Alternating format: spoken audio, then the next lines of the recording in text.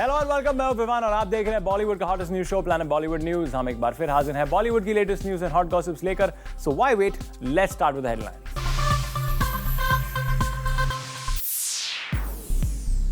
T20 tournament में अक्षय की film के प्रमोशन को बैन करने पर फराह खान ने क्यों दिया SRK कैंप का साथ, और दिखाएंगे आपको इस पूरे वीक सुर्खियां बनाने वाली टॉप स्टोरीज का काउंटडाउन।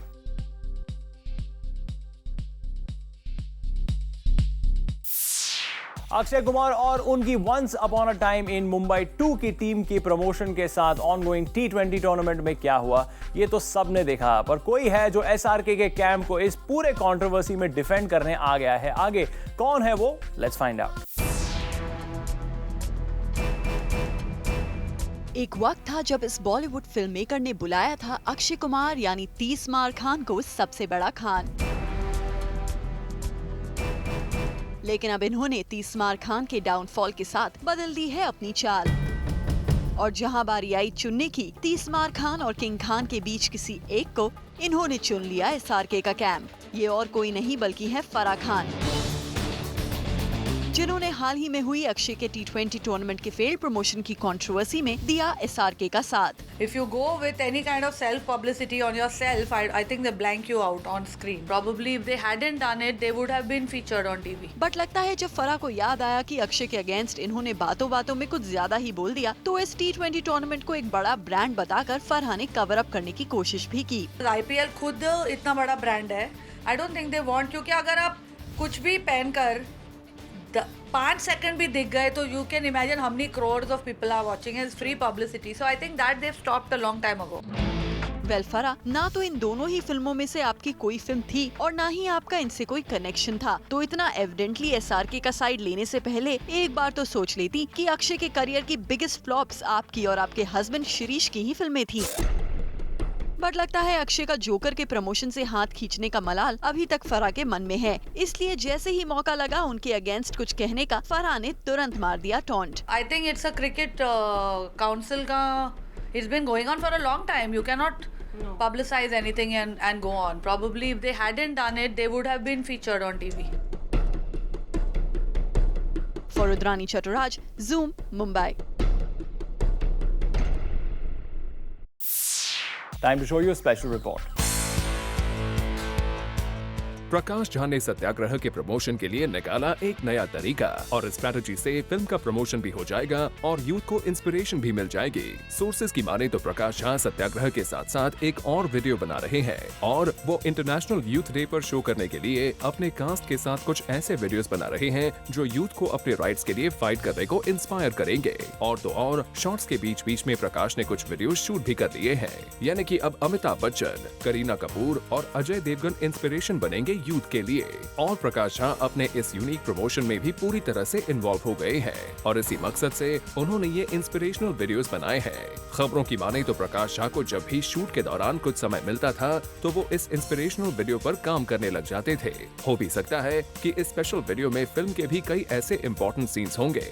वैसे आपको बता दें कि इन वीडियोस को रिलीज किया जाएगा 12 अगस्त यानी कि इंटरनेशनल यूथ डे के दिन, और सत्याग्रह की रिलीज डेट है सेम वीक यानी कि 15 अगस्त। वी होप इनकी ये डबल मेहनत यूथ के लिए इंस्पिरेशनल रहे।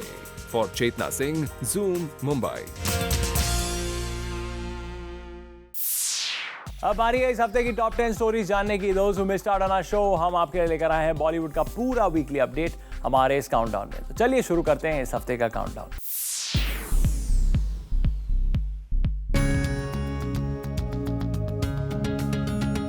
काउंटडाउन नंबर 10 पर आ गए हैं महेश भट्ट अपनी फिक्र को लेकर, और उन्हें हो रही है चिंता अपने भांजे इमरान हाशमी की। दरअसल सोर्सेस की माने तो महेश भट्ट इन दिनों काफी चिंतित हैं इमरान के करियर को लेकर, और उनका कहना है कि इमरान हाशमी की अपकमिंग फिल्म्स को सही तरीके से प्रमोट नहीं किया जा रहा। वैसे उन्हें ये भी लगता है जब फिल्म को अच्छी तरह से प्रमोट नहीं किया जाएगा तो इसका असर इमरान के करियर पर भी हो सकता है। इस बात से ये भी बात निकलती है कि somewhere Mahesh Bhatt might have thought कि जब तक इमरान उनके कैंप में थे तब तक ही वो सेफ और उन्हें बराबर से प्रमोट किया जा रहा था, लेकिन जब से इमरान ने भट्ट कैंप छोड़ा है उनकी दूसरी फिल्म्स को उतना वेटेज नहीं दे पा रहे हैं Imran, specially on the promotion basis, और यही बात इन दिनों महेश भट्ट को टेंशन दे रही है। इसलिए रिसेंटली ही वाज हर्ड सेइंग दिस।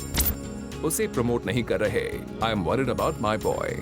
वैसे कहीं ना कहीं we also agree that on a promotional platform Imran is not so active. तभी तो एक थी टाइम के प्रमोशंस में भी हार्डली सॉ हिम। वहीं घनचक्कर के प्रमोशंस अब तक शुरू भी नहीं किए गए हैं। वी जस्ट होप कि इमरान भी महेश भट्ट की इस बारी को सीरियसली कंसिडर करें और अपने फिल्म्स के प्रमोशंस में ऑक्यूपाइड हो जाएं। फिलहाल तो हमारे काउंटडाउन पर इमरान हाशमी हैं occupied on number 10।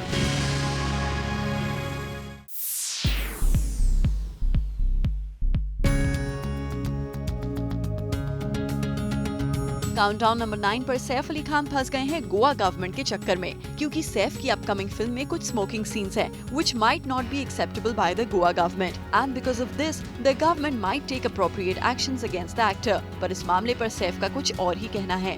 We actors are not your mothers to tell you that smoking is bad. Why can't I just be an actor? जी हाँ, सैफ का मानना है कि गोवा इंडिया का पार्टी कैपिटल है और सिर्फ स्मोकिंग को ऑन स्क्रीन दर्शाने से व्यूअर्स स्मोक करना शुरू नहीं कर देंगे। He also feels that if smoking on screen is banned, then why not all the guns and killings in the film? He adds, Why are these NGOs not objecting to the guns and the killing in the film? How about banning video games that have more violence than films? As for the allegations of misusing Goa's name, isn't Goa the party capital of India? I want to make movies in peace, and Go Goa Gone is not meant to be offensive. It's not trying to glorify violence or drugs. These guys should see the film and then decide.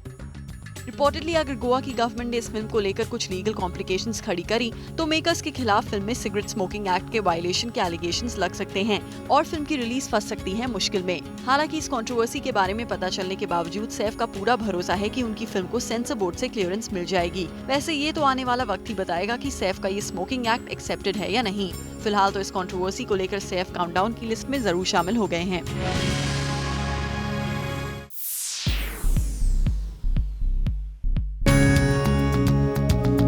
Countdown number 8 पर बरकरार है आमिर और सलमान की जुगलबंदी। वैसे सलमान खान और आमिर खान की दोस्ती तो बॉलीवुड में काफी समय से फेमस है और दिन ब दिन इनकी दोस्ती में बढ़ते जा रही हैं नजदीकियां। सुनने में आया है कि जब मुंबई के एक स्टूडियो में सलमान खान कर रहे थे अपनी एड के लिए शूट, तो वहीं नेबरहुड में आमिर खान कर रहे थे शूटिंग और जैसे ही उन्हें पता चला कि उनके बगल में सलमान शूटिंग कर रहे हैं, आमिर तुरंत दौड़े चले आए अपने दोस्त सलमान से मिलने और आमिर ने जैसे ही सलमान को देखा उन्हें उनके बड़ी नहीं लगे फिट और आमिर ने सलमान खान को दे दी फिटनेस टिप्स। वैसे सलमान अपनी इल हेल्थ की वजह से अब्रॉड ट्रीटमेंट के लिए भी हो आए हैं। अब धीरे धीरे the macho man has recovered to और सलमान को फिर कोई इलनेस का कुछ इफेक्ट ना हो जाए, इसलिए आमिर ने उन्हें दे दी fitness tips to get back to his old physique. Well we just hope कि आमिर की कही हुई बात सलमान रिलीजियसली फॉलो करें।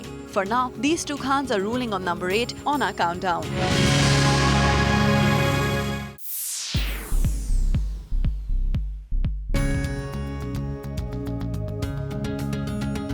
काउंटडाउन नंबर 7 पर जॉन आ गए हैं अपने क्लैरिफिकेशन के साथ कि वो नहीं चार्ज करते हैं वॉपिंग 15 करोड़ फॉर अ मूवी। दरअसल कुछ दिन पहले ये न्यूज आई थी कि जॉन एक फिल्म के लिए 15 करोड़ डिमांड कर रहे हैं, पर जॉन ने इस खबर को बता दिया है महज एक rumour. Very few people would know how much I really charge. इतना ही नहीं, जॉन ने तो ये भी कहा it all depends on his mood. At times he does things for free as well. Actors charge for appearances. I don't really charge. Sometimes I do things for free. So it depends on my mood. Money is really not the criteria. वैसे John की इस बात को सुनकर करीना कपूर को जरूर शौक लगेगा, जो कि अपनी फीस से खुश नहीं है। Compared to Salman and Amir, I'm definitely underpaid. That's for sure. इसके अलावा जॉन ने उस स्टार का नाम भी रिवील किया जो 15 करोड़ जैसे बिग मूलास चार्ज करती हैं। No, I guess I wouldn't comment on that. The star is actually behind there. Who's gonna charge that kind of money? जी हाँ, जॉन के according Deepika charges exorbitant prices for her film। अब इस बात में कितनी सच्चाई है ये तो दीपिका ही बेहतर जाने, पर जॉन ने कम से कम खुद को तो सेव कर दिया है ये कहकर कि वो इतनी हाई अमाउंट नहीं चार्ज करते।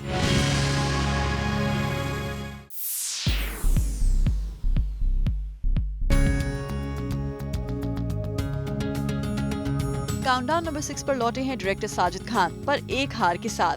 हार इसलिए क्योंकि पहले तो उनकी हिम्मत वाला हो गई बॉक्स ऑफिस पर super flop. So I will never ever make a flop film.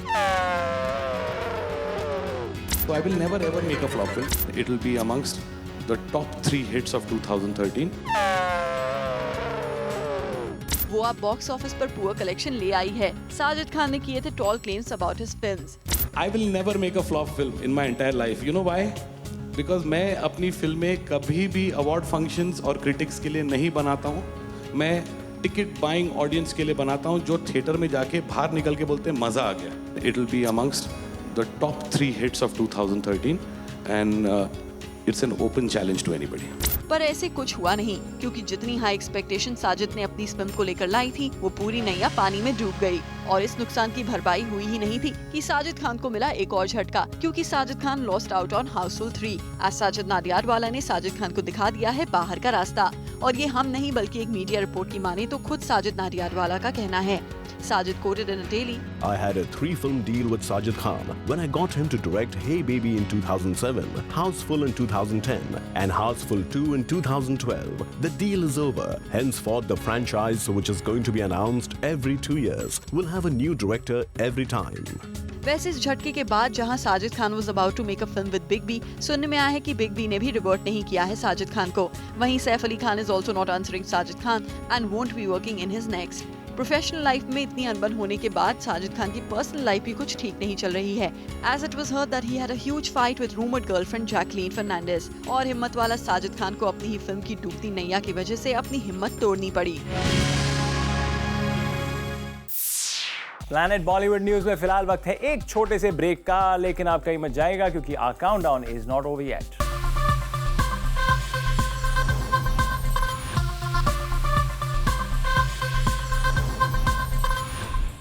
Well, our countdown is not over yet. अब जरा नजर डालिए इस हफ्ते की और भी ज्यादा हॉट एंड सिजलिंग न्यूज पर।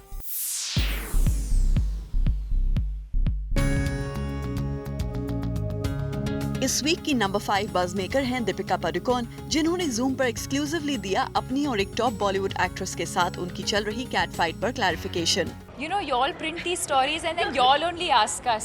दीपिका पादुकोण यहाँ बात कर रही हैं कटरीना कैफ की, और जूम पर उन्होंने बताया कि all's well between her and cats. I think she was busy doing her thing, I was busy doing my thing. दरअसल दोनों की कैट फाइट की खबर आई एक ऑनगोइंग T20 टूर्नामेंट की ओपनिंग सेरेमनी से। इनकी कोल्ड वाइब्स की बातों ने इस क्रिकेट सीजन की ओपनिंग नाइट के बाद कुछ ऐसा जोर पकड़ा कि अब दीपिका को देनी पड़ रही है सफाई। You know, y'all print these stories and then y'all only ask us. So I think... We want to confirm your version. No, there's nothing to confirm, you know. I think these things are irrelevant. Reportedly, जिन रणबीर के साथ cat ज्यादातर spend करती हैं quality time, वो आजकल नजर आ रही हैं दीपिका पादुकोण के साथ, क्योंकि ये जवानी है दीवानी में को स्टार होने की वजह से दीपिका को मिल रहा है रणबीर के साथ दोबारा बॉन्डिंग बढ़ाने का काफी टाइम। अब आप ही बताइए कि क्या ये वजह नहीं है दो टॉप एक्ट्रेसेस के बीच नई कैट फाइट शुरू करने के लिए? You're young and you know you're working with a young co-star who's not married. I think automatically people think that you're dating, which is a bit unfair because I think we're all young. And I think we should also be allowed to have a life, whether it's going out to a movie or having a dinner. That does not mean that we're dating. Deepika Katrina के बीच इतनी बड़ी cat fight के rumours का चक्कर चला कि दोनों actresses ने कोलकाता जाने के लिए अलग-अलग फ्लाइट्स की टिकट्स लिए। वैसे कटरीना से क्लैश की बात तो छोड़िए, दीपिका के लिए तो सबसे पहली प्रायोरिटी है Shahrukh Khan. I'm happy that I could make the time for Shahrukh. He's very, very special and I'll always do whatever he wants me to do for him. So I'm glad that I managed to get the time out to perform because it was his home, in his home city, and it's something that he had hosted. His company has put up. So Deepika के इन candid confessions और bold statements ने कुछ इस तरह बना दिया है उन्हें इस वीक का नंबर 5 बज़ मेकर।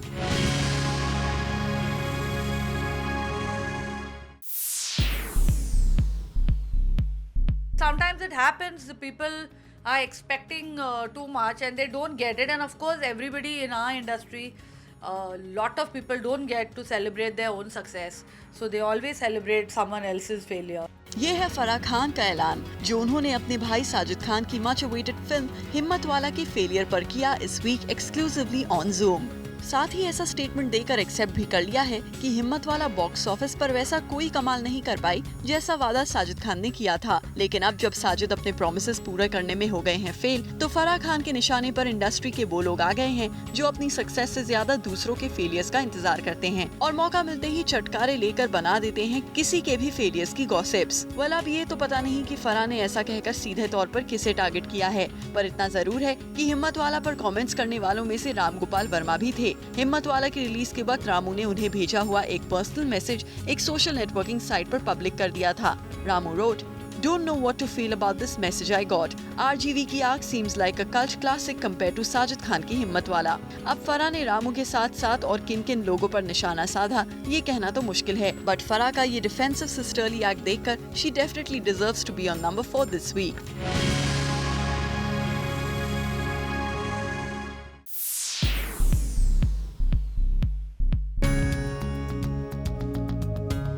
इस वीक काउंटडाउन नंबर 3 पर हैं the Chopra sisters and the alleged cat fight in the pipeline. कुछ दिन से मीडिया और गॉसिप की गलियों में खबर गर्म है कि फिल्म गुंडे के लिए प्रियंका चोपड़ा का नाम उनकी कजिन सिस्टर परिणीति चोपड़ा ने रेकमेंड किया है। खबरों की माने तो यशराज बैनर की इस फिल्म के लिए अनुष्का शर्मा और परिणीति चोपड़ा में से किसी एक को साइन करने की बात चल रही थी, लेकिन परिणीति चोपड़ा ने फिल्म में उनकी सिस्टर प्रियंका चोपड़ा को साइन करने के लिए कहा और फाइनली प्रियंका को फिल्म गुंडे के लिए साइन कर लिया गया। वैसे इस खबर को सुनकर प्रियंका काफी अम्यूज भी हुई और नाराज भी।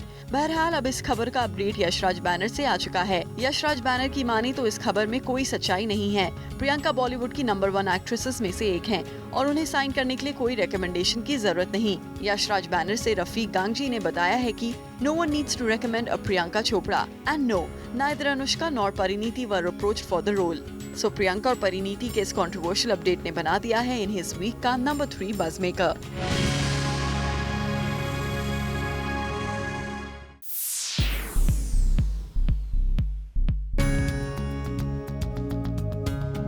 इस वीक जॉन ने रिवील कर दिया है कि उनकी फिल्म की दो आइटम क्वींस में से आखिर वो कौन है जिसने लूट लिया है उनका दिल। प्रियंका चोपड़ा के first ever item number Babli बदमाश से बढ़ जाती है उनकी दिल की धड़कन या फिर किसी लैला के नाम पर धड़कता है उनका दिल। तो जॉन का जवाब है कि वो कोई देसी नहीं बल्कि वो तो है विदेशी girl. Tushar and me were the biggest promoters of the song. We were the biggest promoters, two of us. Yeah. When I think Ekta also was like, what do we do? Yeah, Tushar and me both. Ekta saying, how you and Tushar think I alike? was brainwashing her from my side. He was telling Yeah. hooks from his side. जी हाँ, shoot out at Wadala के इस song में लैला के जिस अदा पर फिदा दिख रहे हैं जॉन अब्राहम और तुषार कपूर, वही सनी लियोनी है इन दोनों स्टार्स की favourite. First, tell me one thing. There's Bubbly Badmash and there's the others, but you think Laila's the... I think Tushar and me were the biggest... Promoters of the song. We were the biggest promoters, two of us. Yeah. When I think Ekta also was like, what do we do? Yeah, Tushar and me both. Ekta saying, how you and Tushar think I was alike? brainwashing her from my side. He was telling Yeah. hooks from his side. Yeah. And Ekta also that, you have to have Sunny for the song and Yeah, you have to... We thought it's going to be the anthem, this song, Laila. फिर तो Laila song को shoot out at Wadala का anthem song declare करने के बाद John और तुषार ने लैला का कुछ ऐसा गुनगान शुरू कर दिया कि रुकने का नाम ही नहीं लिया। Sunny, I mean, more than us, she was clear that she wanted to do this song. Yeah. I think that's the biggest positive that I can think about when you think about the song is that she was the one who was offered, and when she was offered after that, she kept in touch, she followed up, and she said that when are we shooting? This goes to show that she's so clear that this is where I fit in, this is what I want to do, and this is why I want to be a part of this film. Well, अब John और तुषार इस तरह openly Priyanka और सनी के बीच सनी को choose करेंगे तो बनेंगे ही ना ये हमारे काउंटडाउन के number 2 buzz maker.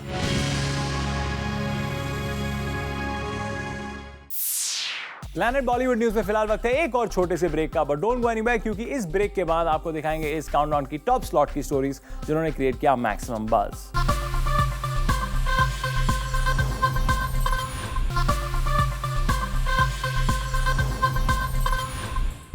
Welcome back. Now it's time to find out कि इस वीक हमारे काउंटडाउन में सबसे ऊपर की जगह की स्टोरी ने बनाई है, किस स्टार ने क्रिएट किया maximum buzz. Let's find out.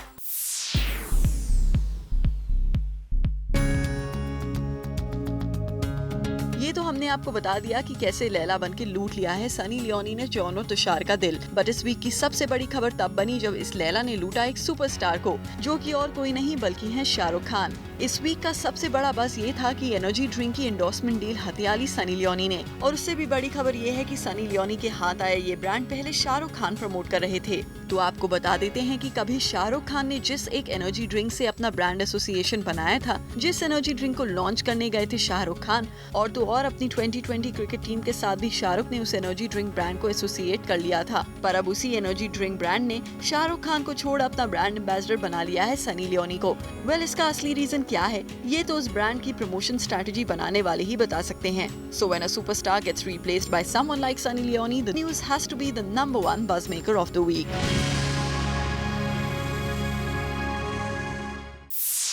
With this, it's a wrap. Planet Bollywood news में कल हम फिर लौटेंगे लेकर बॉलीवुड के और भी latest news and gossip. Till then, keep watching Zoom, India's #1 Bollywood channel.